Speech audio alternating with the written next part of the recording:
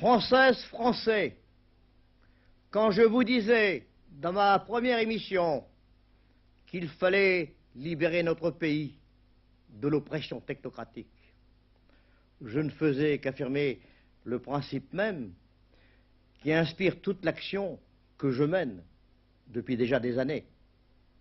Il faut croire que cette aspiration de millions de citoyens qui ploient sous le joug bureaucratique intéresse enfin les responsables de la politique que nous subissons depuis des années.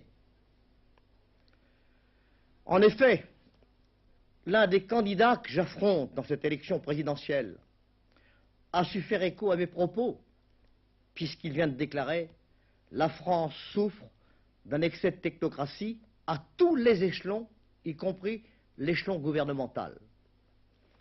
Vous aurez apprécié cette profession de foi dans la bouche de l'homme qui, pendant 6 années durant, a été le chef du gouvernement, dans une période où les factions technocratiques n'ont cessé d'accroître leur pouvoir et de porter atteinte aux libertés essentielles de chacun d'entre nous.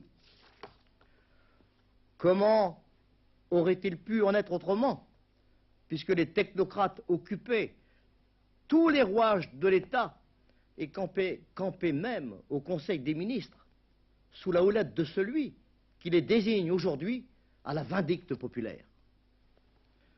Ce seul fait suffit à révéler le style que l'on prétend imposer à cette campagne. C'est un exemple parmi beaucoup d'autres. Chacun se présente à vos suffrages avec un masque sur le visage.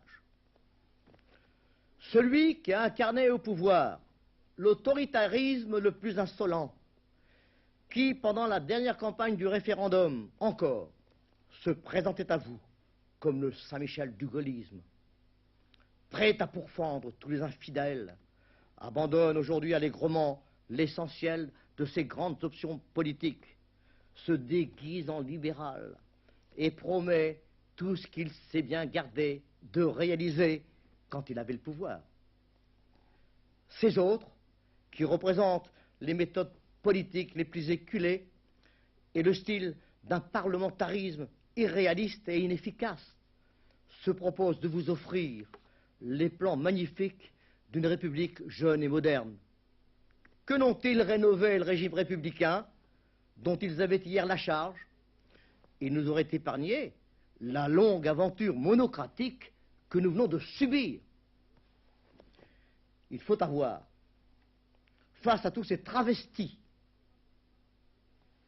qui se présentent à vos suffrages, l'honnêteté de poser clairement les principes simples sur lesquels doit se fonder nécessairement la politique de renouveau qui répondra à l'espérance que vous avez massivement exprimée par votre vote du 27 avril. Pendant 11 ans, on vous a nourri avec les mots de la fausse grandeur. Moi, avec la franchise d'un homme qui n'a pas besoin d'aller au peuple parce qu'il n'en est jamais sorti, je ne veux vous parler que du bonheur, que du mieux-être pour tous, de la joie de vivre et de la tranquillité pour tous, de l'ordre public qui seul peut apporter la prospérité économique et le progrès social. Suis-je vraiment un original d'utiliser devant vous un tel langage?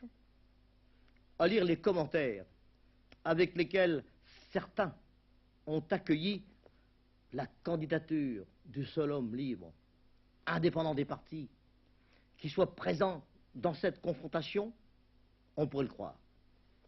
Saint-Just affirmait, au jour de la grande Révolution française, que l'idée du bonheur était une idée neuve en Europe.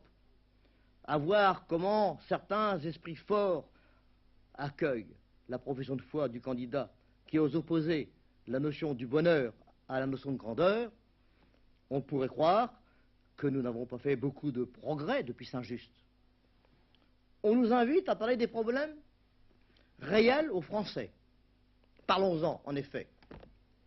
Ce pays est naturellement celui de toutes les richesses, celui qui a été doté d'un climat tempéré, d'une douceur où la vie devrait être plus agréable que partout ailleurs. Nos compatriotes sont travailleurs et ingénieux. Il en est ainsi depuis des siècles, et tous les historiens sont là pour le reconnaître. Or, dans ce pays qui a reçu des avantages exceptionnels, le peuple est soumis à des carcans administratifs qui sont aujourd'hui insupportables. À qui la faute? Aux lois inhumaines qui nous sont imposées. À qui la faute? À ces commis prétentieux qui savent tout, sauf ce que pensent, ce que veulent, ce que désirent, ceux dont ont besoin les hommes et les femmes de France. Interrogez les commerçants, les artisans, les petits patrons, questionnez les agriculteurs, nos salariés, nos ouvriers, nos étudiants. Vous ne trouverez personne à Paris et dans nos provinces qui ne s'indigne de l'absurdité et de l'incohérence des règles imposées aux Français dans tous les domaines par une bureaucratie qui fut longtemps digne de Courteline et qui nous fabrique maintenant un monde à la Kafka. Qu'il s'agisse de la circulation dans nos villes ou sur nos routes, ou encore de notre réseau téléphonique, qu'il s'agisse de la fiscalité ou de l'université, partout, l'administration révèle son inefficacité et se montre incapable d'affronter les réalités et de mettre fin au désordre. Et chaque fois, la décision qui finit par être prise n'est qu'un nouveau procédé de coercition. Chaque fois, on ne nous propose que des mesures qui restreignent un peu plus la peau de chagrin des libertés individuelles et collectives. Est-ce se contenter d'honorables platitudes, comme vient de l'affirmer non moins un honorable parlementaire qui, pour donner à tous des leçons, oublie un peu trop facilement qu'il fut l'un des ministres des Finances les plus néfastes de ces dernières années, que de placer en tête des problèmes par ordre d'urgence ceux auxquels nos compatriotes sont confrontés dans leur vie de chaque jour. Les responsables de ces dernières années prouvent dans cette campagne qu'ils n'ont rien compris aux réactions du peuple français, puisqu'il n'est aucun des 6 candidats que j'affronte qui ait mis en tête de son programme une profonde et véritable réforme fiscale. J'ai dit, dans ma première intervention à la télévision, qu'il fallait supprimer l'inhumaine TVA. Permettez que j'y revienne, puisque cette affirmation m'a valu de recevoir des milliers de lettres d'encouragement. La TVA n'est pas seulement un système fiscal intolérable, c'est aussi un système ridicule et absurde. On ne peut pas accepter, dans un pays comme la France, que 6 ou 7 millions de citoyens soient transformés en collecteurs d'impôts. Au train où vont les choses, pour satisfaire aux exigences fiscales, les épiciers de village devront bientôt sortir de l'école des sciences politiques. Il faut remplacer la TVA par une taxe à la production, ce qui réduirait de 80% au moins le nombre de collecteurs d'impôts. Mais la taxe doit être calculée de telle façon qu'aucune hausse de prix ne sera imposée. En réalité, à l'heure de votre choix dans l'isoloir, ce qui doit différencier à vos yeux les candidats, ce n'est pas l'étiquette politique qu'ils arborent, ni la couleur de leurs affiches. C'est l'ordre des priorités qu'ils vous proposent. Et c'est pourquoi vous voterez pour moi. Je place, en ce qui me concerne, au premier rang de mes préoccupations et au premier rang des objectifs que je choisirai pour l'équipe républicaine que j'appellerai aux responsabilités gouvernementales, tout ce qui intéresse le bonheur quotidien des hommes et des femmes de chez nous. Pourquoi? Parce que, sans vouloir faire aucune démagogie. Je n'ai rien oublié de ce qu'étaient les préoccupations de chaque jour du savetier qui était mon père. Parce que je vis très près des hommes qui travaillent avec moi, à tous les niveaux de la hiérarchie professionnelle, parce que je connais leurs soucis et que je m'efforce autant qu'il m'est possible d'atténuer leurs peines.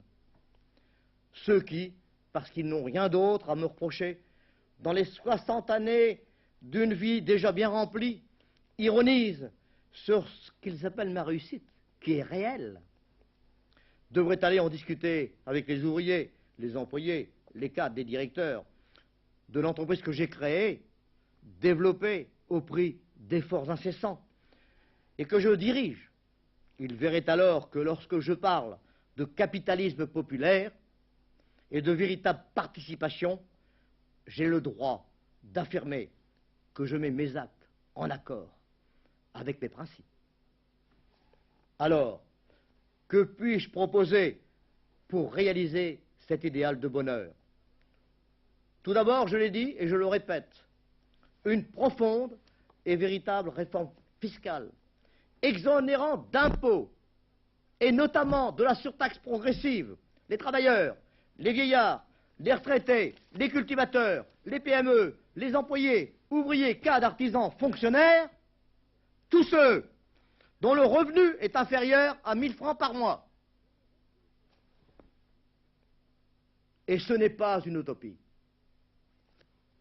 Tous les hommes compétents qui, comme moi, ont étudié ces problèmes, vous affirmeront que c'est une réforme possible. Alors pourquoi ne pas la faire? Il sera facile de trouver en compensation des économies par une réduction des subventions allouées aux sociétés nationalisées, lesquelles devront ainsi améliorer leurs exploitations. Nous devons également envisager la suppression de la machine répressive, la disparition de la paperasserie inutile, en exonérant de toute déclaration les citoyennes et les citoyens dont les revenus ne dépassent pas 2 000 francs par mois, et aussi toutes les personnes, et il y en a des millions en France, dont les revenus sont connus des pouvoirs publics en raison de déclarations faites par d'autres. Chacun de nous sait bien que la situation monétaire est actuellement très préoccupante et peut très rapidement déboucher sur une crise sociale et économique des plus graves, peut-être même demain sur une révolution. Il est juste de dire que depuis le mois de novembre dernier, rien de sérieux n'a été fait pour briser la spéculation et pour rendre la confiance aux Français. On s'est contenté de remettre à plus tard les échéances, comme toujours. Quel que soit celui qui va succéder au général de Gaulle, le gouvernement qui l'appellera aux affaires devra prendre des décisions importantes dont les conséquences seront multiples sur la vie de tous. Pourquoi donc ceux qui viennent ici se présenter devant vous n'ont-ils pas l'honnêteté et la franchise de faire devant le pays le bilan qui s'impose? Je ne crois pas que la dévaluation soit inévitable. Mais il faut avoir le courage de révéler clairement aux Français l'état actuel des finances de la France. On commence discrètement à parler d'un retour à l'austérité. Eh bien, j'affirme, de la façon la plus solennelle, qu'aucun sacrifice nouveau pourra être exigé des hommes et des femmes de notre pays aussi longtemps que l'État n'aura pas donné l'exemple des économies. Avant de vous demander de serrer d'un cran de plus votre ceinture, il doit réduire son train de vie exorbitant. En aucun cas, les dépenses de l'État ne peuvent dépasser 35% du revenu national brut total. Il faut supprimer les services publics qui font double emploi. Il faut raccourcir les circuits administratifs. Et en ce domaine, j'aurai l'occasion, au cours d'un prochain débat, d'évoquer devant vous les conditions d'une véritable régionalisation, de préciser les éléments de ce que le professeur Hérault a appelé l'Europe des ethnies.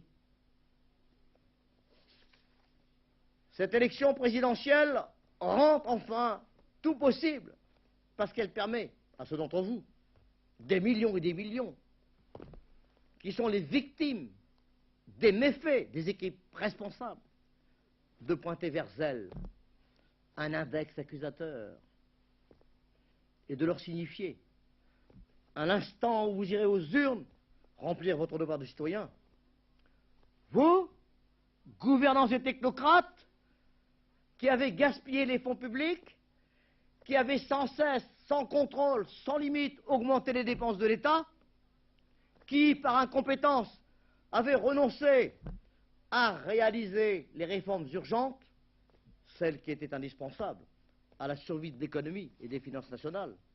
Vous, gouvernants et technocrates, qui, en affichant au nom de l'indépendance ce qui n'était qu'un orgueil nationaliste, avez peu à peu isolé notre pays et oublié les grands principes de la solidarité des peuples. Voici que les électeurs, qui ont trop longtemps tout accepté, vous signifient maintenant votre congé. Que ferez-vous, vous, Louis Duquestel, si vous êtes élu président de la République?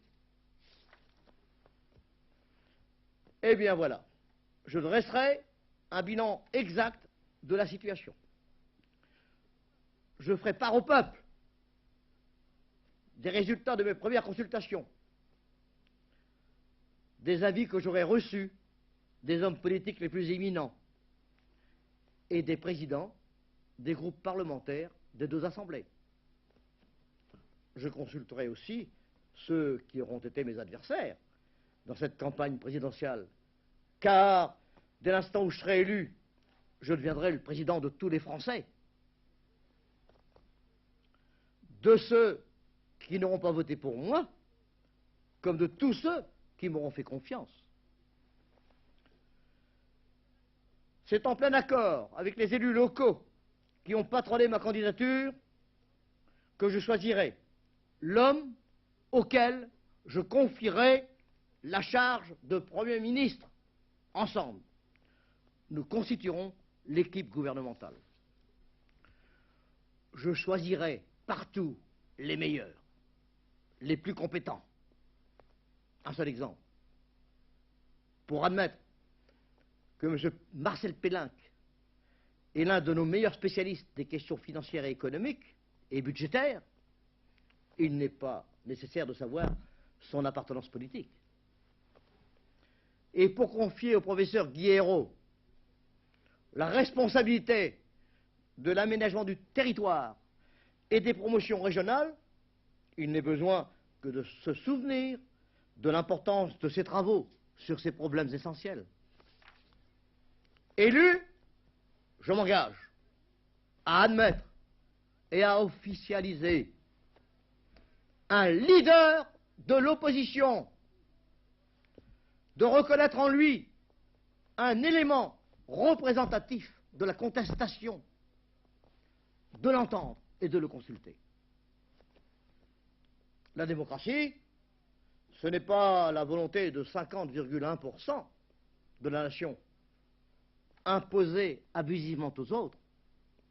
La France est un pays uni dans ses diversités et justement équilibré entre la notion de l'ordre et celle de la liberté, qui doit beaucoup, tout au long de son histoire, à la fois à ceux qui sont attachés à la défense de ces traditions et à ceux qui ont sans cesse voulu porter plus loin le progrès social et les réalisations humaines.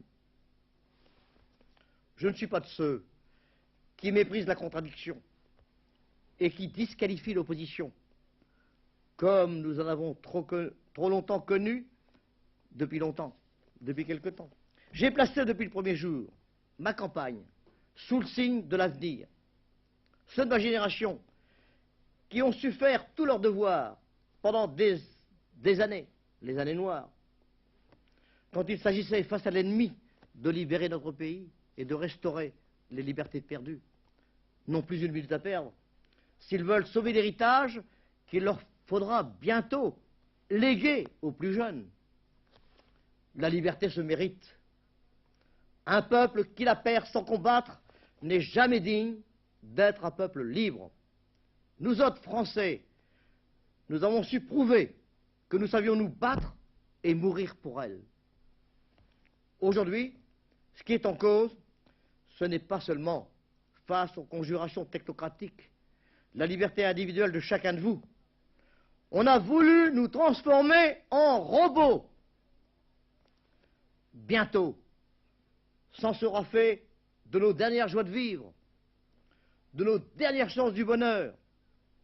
Nous deviendrions des esclaves de la production inhumaine, soumis à la loi impitoyable des technocrates, sans cœur et sans âme.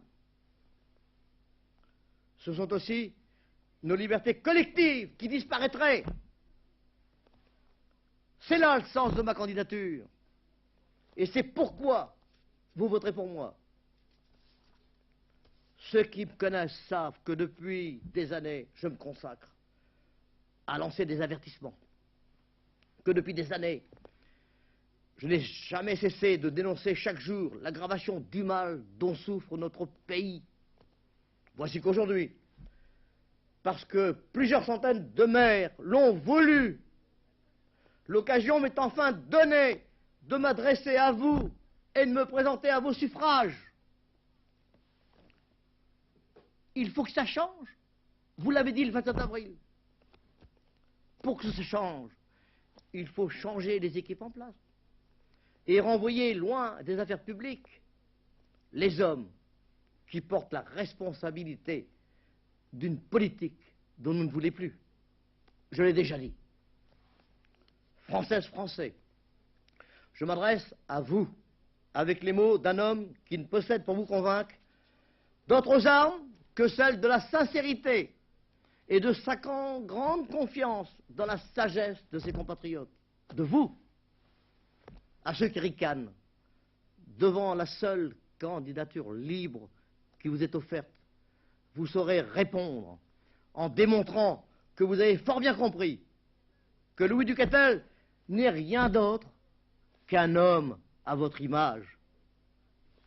Un citoyen comme vous, riche surtout de l'expérience qu'il a acquise au cours de sa longue carrière, de bien des années d'intenses et fatigantes activités.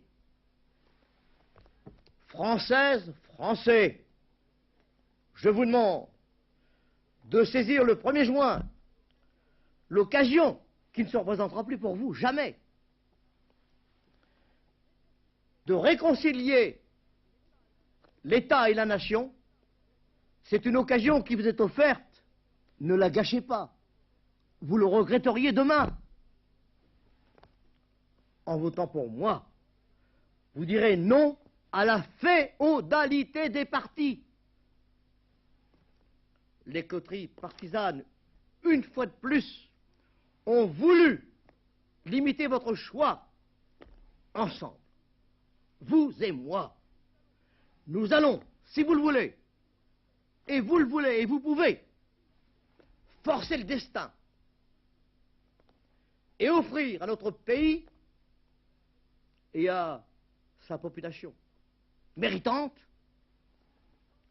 les chances d'un véritable renouveau. Le voulez-vous avec moi?